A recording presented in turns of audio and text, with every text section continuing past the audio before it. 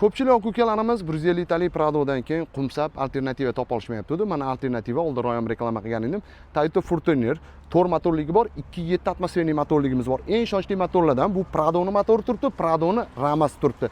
Bu 4 motor V6 bo'ladi. O'rtoqlar, ot kuchi 235, 376 Nm.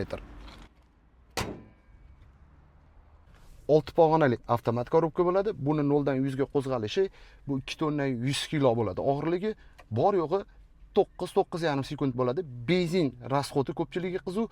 Buni 4 motor ham 2 tonnadan sal oshiqroq Godasga bor yo'g'i 11-12 litr ko'rsatyapti, lekin 14 litrgacha yeydi. Mana ko'rib turganingizdek, mashinamiz full bo'ladi. Bularda lyuk kelmaydi o'rtoqlar. Hop, klimat kontrollari ham knopkashli, keyin orqasi blokировка bo'ladi.